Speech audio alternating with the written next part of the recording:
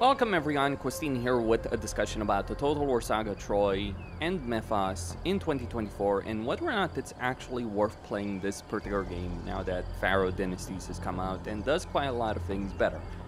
Well, to be certain, Troy does still have certain elements, certain gameplay elements that, from my perspective, are vastly superior to what Dynasties does have to offer, in particular in terms of the economy, as well as the idea that you're fighting a global war, as opposed to the more limited conflicts or one-on-one conflicts that you do see in Dynasties. So let's talk about the pros and the cons, and I'll actually start with the bad stuff first and foremost. There is good stuff, there's quite a bit of good stuff, but I want to be very clear to people what is actually broken in this game. One of the things I've talked about in Dynasties is how heavily armored units are king. Well, in Troy, heavily armored infantry units are so overwhelmingly powerful that lighter units are practically trash. I can't do it. And this is an issue, not just because it pushes you as a player to basically either get heavier armored units or lose, get completely obliterated even if you have like 40 units versus 20, but on top of that, there is a significant problem between the Chians and the Trojans. Suffice to say, essentially, the Trojan roster is better. Better spearmen, because you have the guards of Troy, for instance, as units. Better archers for the Trojans, better chariots. The only thing that the Trojans lack that the Chians have is slingers. But slingers are a specialized unit meant to deal with archers, whereas the Trojans have some of the best archers in the game, the best infantry in the game, and really good chariots. Their units are supposed to be slower, but the problem is due to the way the battlefields are designed, the fact that you have a lot of settlement battles on your hand, potentially. Though even in settlement battles, the AI does have a tendency of selling out, so it's not necessarily too big of a problem in that respect. But because of the narrowness of a lot of the battlefields you're dealing with in this game, you will end up in a lot of situations where raw infantry power, armor, melee stats is going to win against speed.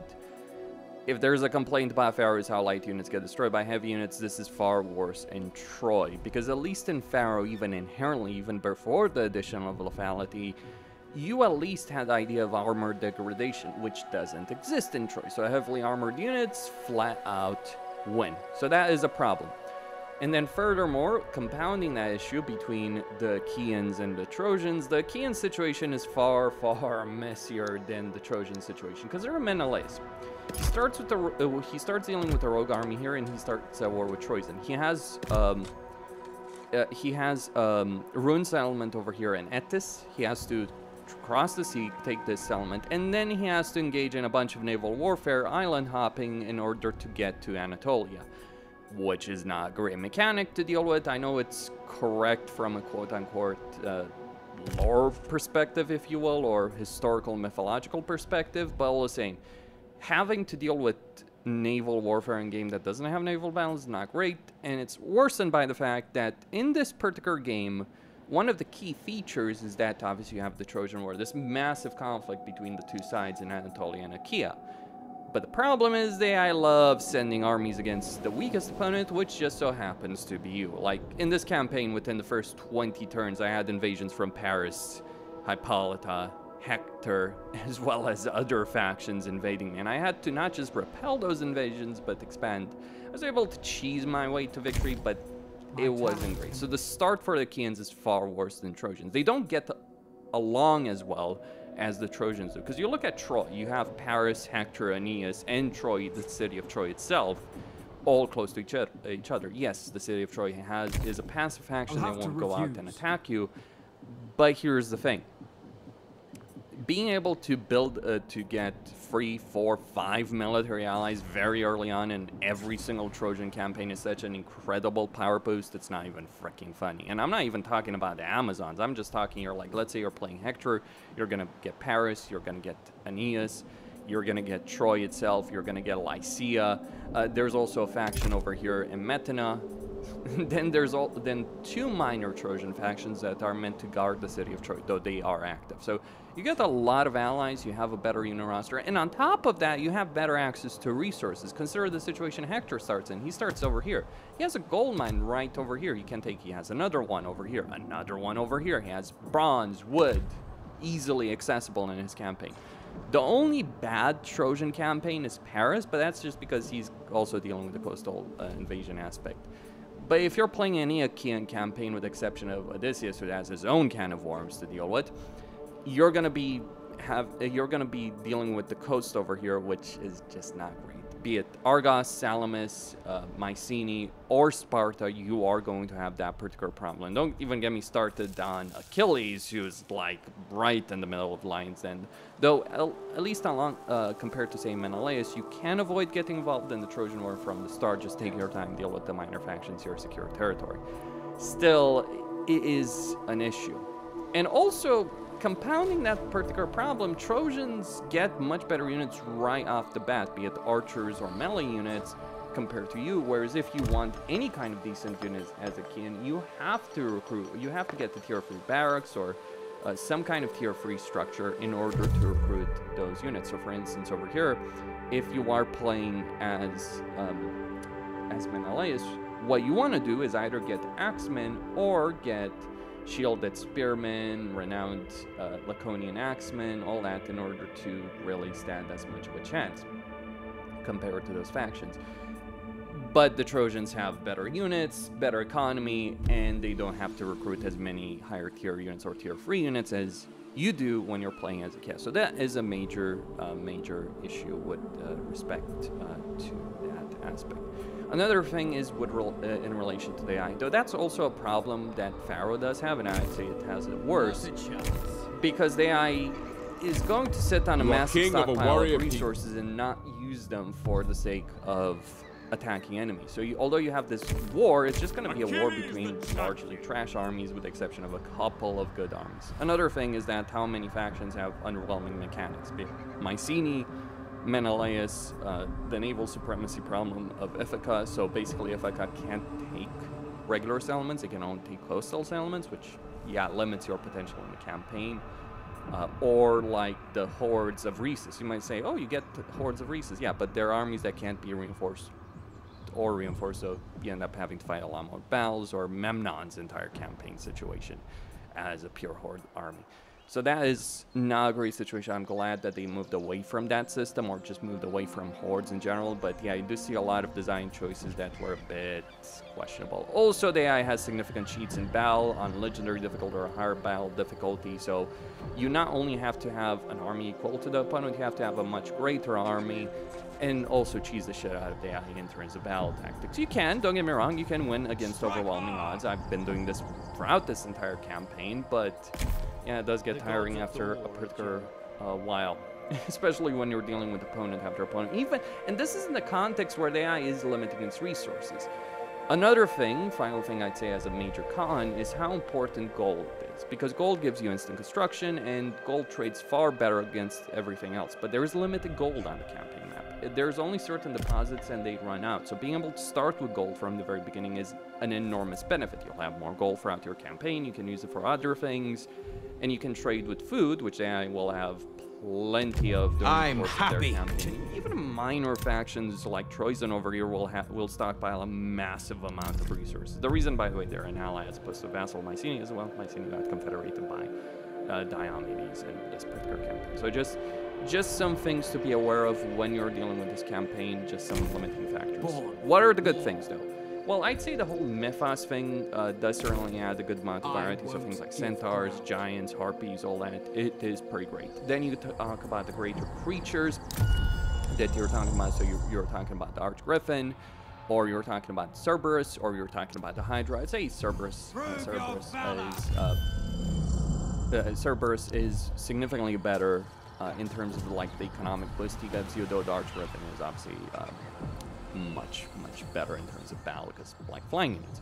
But you do have a greater battle variety despite that problem. At least you have a greater variety of units. You also have agents, though that's a mixed bag at best. Like, I honestly feel a lot of the agents are just superfluous.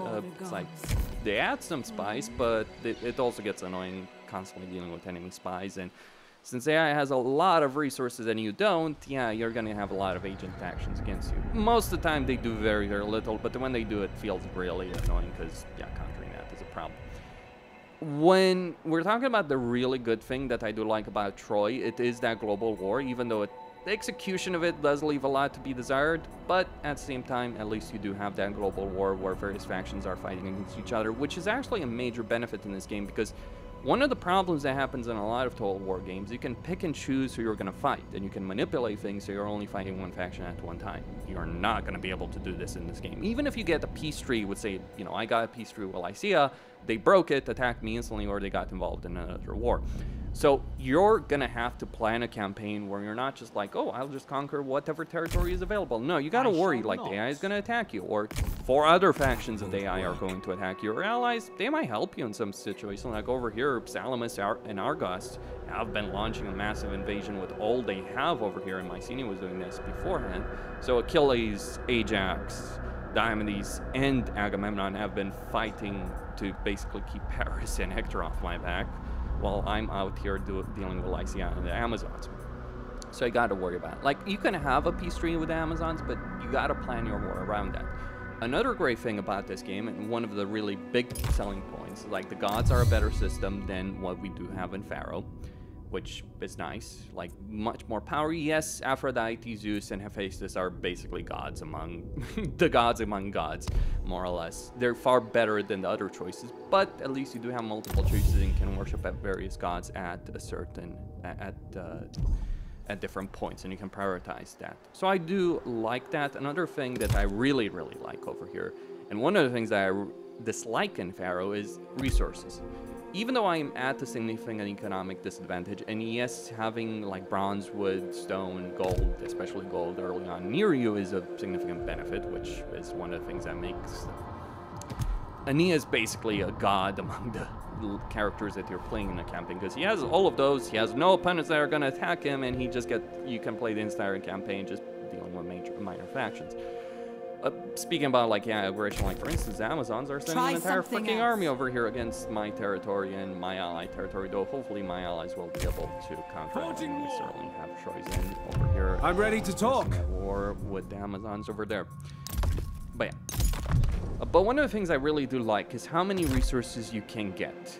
Like, one of the issues in Pharaoh is the resources can be very limited, regardless of what you're playing on, campaign customization or not. Here, resources are far more significant. You actually have to build settlements in different ways, because there are different structures of settlements. Like, you don't just have one income building for, say, wood, you have 5 income buildings for wood. Now, not all of them are going to generate resources, but you got to consider, like, is it worth getting 20% resource in province? Is it worth spending a lot of stone, gold, and wood to get the better income benefit than the regular one? Is it worth sacrificing a lot of growth for the sake of that? Is it worth sacrificing influence for some wood as well as missile for units? That is a choice you are going to have to make in this game, and I love it. Yes, food will always be lackluster. You're going to have to trade with that. But the fact is, in this campaign, outside of food, I got everything that I need. It took me a while, given Menelaus' shitty start, but you can get to a point where you will have a lot of resources to spend, and you got to decide, okay, what am I going to do with these resources? Get more armies, get more structures, trade them away, do barter agreements. There are a whole lot of possibilities here, and you don't need a massive amount of territory to build a pretty powerful economy. I mean, certain factions do, like Menelaus, because, yeah, he doesn't have a great situation in that respect. But even here, I'm not necessarily owning a huge amount of territory on the map. Any of my economy is mostly fine, and I'm maintaining quite a few armies here, like, of higher tier units. Like, I have 3 armies over here. I have another army over here. One of the things that makes this somewhat better, though it is cheesy, is that there are 2 factions in the game, but a broken one for each pledge side, may yet be mended. that will get significantly more resources. For the Achaeans, it's Odysseus. For the Trojans, it's Troy. I use the term Daddy Prime for a reason, because the bastard is sitting on a mountain of freaking resources that he will literally give you for free every couple of turns in a campaign, and really benefit your campaign situation in a fairly significant amount. Prime is no longer here in this campaign, got confederated, but there are plenty of factions you can trade with, and factions that, if they like you enough, will give you a lot of resources. Priam does this the best. This is one of the advantages the Trojans have versus the Achaeans. But you do have factions you can always trade with, as opposed to factions literally running out of resources completely, which does happen a lot in Pharaoh dynasties. It's partly because factions do have an inherent amount of resources they do generate, partly for research, partly through AI cheats that they do inherently have. But you do have things like food, gold, bronze, stone, wood available. So yeah, research rate is better in Troy. that is something worth saying. So while the battles overall are worse, the balance can leave a lot to be desired. The inherent campaign systems, at least specifically on the campaign, the way the resources are managed, the global war you have, I do feel that is significantly better than what we do have in Pharaoh. And as a comparison, let me just show you this Trojan campaign that I started as Hector. And keep in mind, Hector is not the most powerful of the Trojan factions. Aeneas is far, far ahead of him, because Aeneas doesn't have to deal with the supporter system of Troy. Though, to be fair, Troy is actually a lot better in this respect, because unlike the supporter system of Kislev, you do get various different objectives to actually gain Priam's favor, as it's called, and also you do get rewards, significant rewards, at every single step of the way. So there are benefits, but you can see the difference over here. Like, it's turn 14, I've already got a gold mine, I'm gonna get stone, I've already got wood, fought over these 2 settlements and sold them off, and then soon enough I might have 2 or even 3 gold mines in the near future, which will allow me to maintain a lot of armies very quickly. And already I maintain quite a good amount of troops. I already have tier 3 units. I'm recruiting archers, renowned swordsmen, and soon enough I'll be able to also get guards of Troy, which are really, really good spearmen as well. So the flexibility that you do have in the Trojan campaign far surpasses what you do have in the Achaean campaign. Another thing I do like about this game is the motivation system. So every general has his own motivation. Now, the motivation gives you various benefits for these kind of generals. So you have things like morale, you have things like rage generate in battle. Rage is a basically magic bar that you fill up by fighting battle using abilities. And when you do get up to full, you do have an ability that is called Aristad, Day of Glory, and they gain a lot of power temporarily, right? So unbreakable, free stamina, no cooldown for abilities, HP, healed, armor, melee attack. So very, very useful. You also have a bit of a different skill line than Pharaoh, and honestly, while there are certainly benefits in the skill line of Pharaoh, I kind of like the one in Troy a bit more in that respect. Well, what I say in a conclusion, I think like Troy could really use from the additional lethality and armor degradation and just better starts for Achaean. Like, this is the thing that's infuriating about Troy.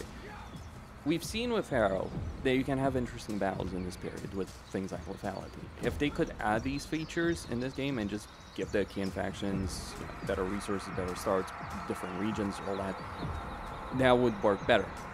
It wouldn't necessarily be a huge amount of work, and even so, I do think like Troy is recommended. Keep in mind, it is a limited game. You're not going to have as big of a map, but yeah, I do prefer the Aegean War over here as opposed to what we do have in Dynasties and quite a few others. It's more interesting to play an Aegean faction in Pharaoh if you're looking to get outside of the Aegean. That would be my perspective.